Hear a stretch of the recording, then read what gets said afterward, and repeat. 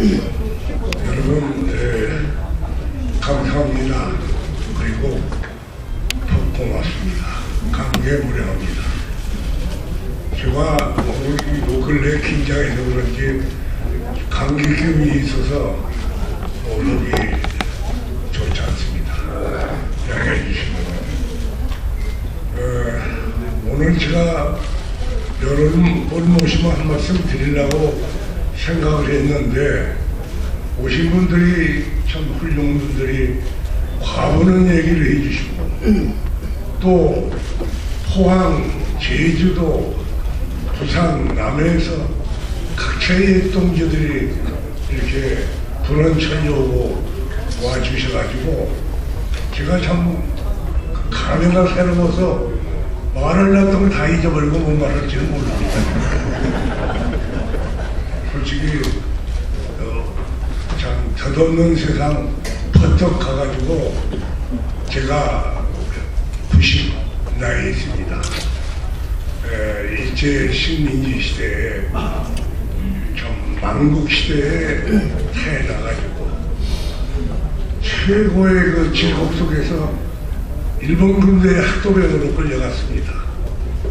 기약 없는 해방의 일본서 맞이해서 이 상등병으로 리조또 해로 현아탄에 60톤짜리 배로 200명이 그 뭐에 급해서 누구들 고향 가라고 오는 바람에 이놈들이 그 바카다에서 배를 돈들 걷어서 60톤짜리 200명이 타고 현아탄은 그때 톤짜리 7,000톤짜리 공고마라도 흔들리던데 성격이 그런 사람이에요. 와가지고 여수에 8월 27일에 도착했습니다. 그러니 전주에 오니까 학도병에 끌려갔던 학병 출신이나 징용 징발 같은 학병들이 누구 집 자식은 왔는데 우리 집이 막 모여들어요. 그래서 우리 몇몇 학도 동지들이 일본에 끌려가서 개죽음을 하다가 참 선대의 덕으로 우리 해방의 덕으로 우리가 구사일설 했으니까 이제는 나라에 뭔가 우리가 보답하고 우리 조국을 위해서 민족을 위해서 보답해야 할 거 아니냐. 그리고 약속을 한 6, 7년이 꿀떡같이 약속을 했어. 가서 어른들 뵙고 산소에 들리고 그리고 서울서 만나자. 그런데 서울에 나는 사흘 만에 선대 산소에 들리고 어른들 뵙고 3일 만에 약속대로 서울 왔는데 이놈들이 원룸이 하나도 없어. 붙들려가지고 장계 가고 말이야. 그 집안에 한다고 못 받은 사람들 붙들어서 나와보니까 거국 여운행이 중심으로 박헌영이가 거국주비원이라는 그 이름 좋은 얼마나 이름이 좋습니까? 해방대조 건국준비원이에요. 그 조직을 전국에다 4개만 써서 잡았는데 우리는 어디로 갈지는 몰라. 삐뜨거면 자이고 삐뜨거면 우익이고 그 차이가 평양했습니다. 그런데 나를 선대의 덕과 학교 선배들 덕으로 와서 인천 김성수 선생을 찾아본 것이 고아 선생 찾아본 것이 지금 대한민국의 정통 세력, 요새 나쁘게 어떤 자익이 많으면 우익 세력, 보수 세력, 그 줄거리를 그 선에 라인업을 하게 되었습니다. 해방의 인천 김성수 선생이나 송지훈 선생은 팔도의 한분석을 총무로 그때의 한민당 최고기관이 집단지도 체제입니다. 팔도의 한분석을 집단지도 체제로 합의체로 만들었고 고아 선생이 돌아간 뒤에 인천 선생은 대표 총무밖에 안 했습니다. 당수가 총무요, 수석 총무, 팔도의 한분석을 팔총무에다가 대표는 수석 총무라고 했어요. 얼마나 60여 년 전에 민주적으로 한민당을 조직했으니까 그 팔도에 이렇게 부산의 경남에는 허정성생, 경북에는 서산인 성생, 전라도는 나영근 성생, 황해도에서는 백남훈 성생, 평안도에서는 김동원 성생. 팔도의 한 분석을 집단 지도 체제로 총무로 모시고 당수가 그때의 그 수석 총무에 불과했습니다. 그렇게 민주적으로 하면서 인천 성생이나 고아 성생이나 거기 백남 성생이나 한 분들이 인재를 모으고 한민당을 조직할 때 공산당이 원체 그 리더십을 가지고 해결을 잡고 있을 때니까 인물 본위로 해야 한다. 지역 차별하는 놈은 그 보총문입니다. 지역을 얘기하고 뭐 하는 놈들은 싹 수가 없으니까 그 상종을 말하라. 그래서 그 한민당의 간부들 조직이 지역의 균형과 공평에서 인물 본위로, 능력 본위로 한민당을 조직했습니다. 그런데 그때가 벌써 66년 전인데 오늘날 보십시오. 내가 아까 소개에도 얘기했지만은 저희 13대 국회에 그만두게 된 것은 전라도에서 한쪽에서는 황색바람을 불고 경상도에서 김영삼 바람이 불고 이쪽에 김대중이 바람이 불어가지고 그 바람끼리 막 올로와 낚시로 막 싸우는 바람에 전주에서 내가 직선이혼을 거기서 한 내가 그 지역 바람에 그냥 내가 거기서 그만두게 됐습니다. 그 적은정치라고 내가 얘기를 합니다만은 적은정치는 거기에 끝났지만은 우리나라는 대한민국의 건국이념을 내 나름대로 규정을 했어요. 대한민국의 건국이념은 자주독립, 민주통일이다 이겁니다. 완전히 자주독립은 안 됐지만은 그래도 가능한 지역의 자주독립을 우리가 반짝방공으로 우리가 성취했습니다. 그러나 민주통일이라는 과업이 지금 남아있기 때문에 우리 대한민국의 건국운동, 독립운동은 진행 중에 있다. 그러니까 민주통일하자면 북한의 인권 문제, 탈북자 문제, 자유 문제, 민주화 문제를 우리가 적극 참 대비를 해 나가야 하지 않겠는가.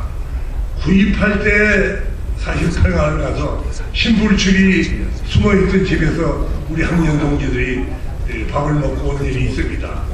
근데 중공이 쳐들어와서 일사후퇴 아니면 그때 통일을 초상까지 우리가 갔었으니까 송원영이가 김성주가 그 평남 도지사 할 때 홍보실장을 하고 고병현이 내 동지들이 용광궁수 용광경찰서장도 다 했습니다. 다 됐다는 것이 그때 통일을 못했어. 반차운동 때 못했지, 9.28 때 못했지, 이런 기회를 떴겠습니다만은 그 이제는 우리가 그 당시에 이루까지 갔다가 넘어왔는데 이제는 우리가 이런 때에 우리 진영이 단합하고 대비해서 통일을 대비해야 하는데 사실 그런 상태에 있느냐. 리더십도 없고 희생정신도 없고 애국심도 없고 국가관이 어느 나라의 정당인지도 모르는, 여러분도 아신 것 같이 지금 자스민 생명이라고 나와서나 굉장히 관심을 가지고 보고 있어요. 글도 쓰고 있고 신문에다가. 그러면 그 아랍 국가의 그 토속 국가에서도 혁명이 나가지고 지금 가다피가 지금 왔다 갔다 하고 있지 않습니까? 그걸 거쳐가지고 넘어오는데 그 바람이 중국이라고 그냥 오물오물 넘어갈 리가 난 없다고 이렇게 보고 내가 글도 쓰고 있어요. 중국이 원체 크고 인구도 많고 우폭지폭해서 시간이 오래 걸리겠지만 중국도 반드시 나는 소수 주변부터 분열해야만 하고 분열할 것이다 이렇게 보고 있고 자스민 혁명이 그냥 건강할 리가 없을 것이다. 그러나 어쨌든 자스민 혁명이 중국이 만리장성이 좀 튼튼하면 좀 늦게 그 혁명이 된다 하더라도 그 바람은 이북에 지금 나라를 올 것으로 틀림없이 보고 있습니다. 이북이 지금 그 바람이 오고 우리가 지금 4천만의 민족이 여기서 뒷받침하기 때문에 우리 허기에 딸려서는 북한은 시간 문제다. 그래서 내가 이게 건강을 유지하려고 엄청 노력하는 것은 한 번 더 평양을 가보고 죽여야겠다는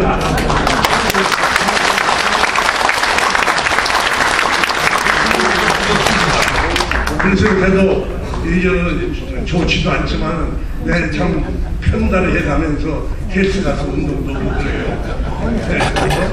근데 조만간에 이 자스민 혁명 바람이 이북에 있고 우리가 그냥 있지 않다. 지금 탈북자 문제, 이산가족 문제, 이 우리 식량 원조 문제 이게 적은 일이 아니거든.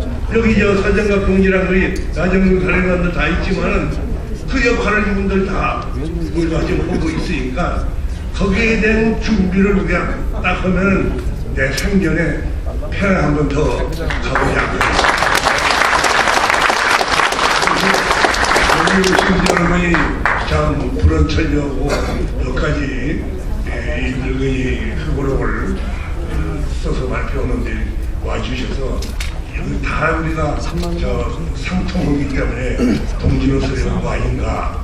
나름대 자손들한테 가족들한테 뭔가 하나 흔적을 놓고 가려고 뭐 기록을 해놓고 보니까 일제시대 또 해방 6.25 또 피난 호국 이런 걸 쭉 써놓고 보니까 결국 우리 현대사를 그린 거이 돼버렸어.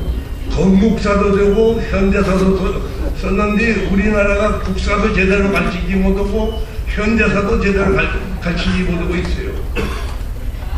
그 통치권자라든지 대통령이 되면 통치권자가 돼. 통치권자 되면 사명감이 달라져. 벌써 국사부터 가르쳐야 해. 현대사부터 가르쳐야 해. 무슨 돈을 나한테다 그렇게 써붙여도 어린애들 교육의 국사, 현대사를 가르쳐가는데 그건 못 봤어요. 여기 서정갑 동지 지금 그 기회가 있으면 그 현대사, 국사 이걸 강조하고 있어요. 그러니까 오신 여러분들도 이 유정자들한테 우리 현대사, 국사를 가르치고 자식들한테 가르쳐서 이것을 빨리 자스민 혁명이 조만간에 오는 거에 대한 대비를 해야 한다는 말씀을 드리면서 내가 이 책은 여러분이 한번 읽어보시고 서자에다 놓지 마시고 특히 부탁할 것은 여러분 자해질들한테 자손들한테 꼭 좀 읽어보게 해요.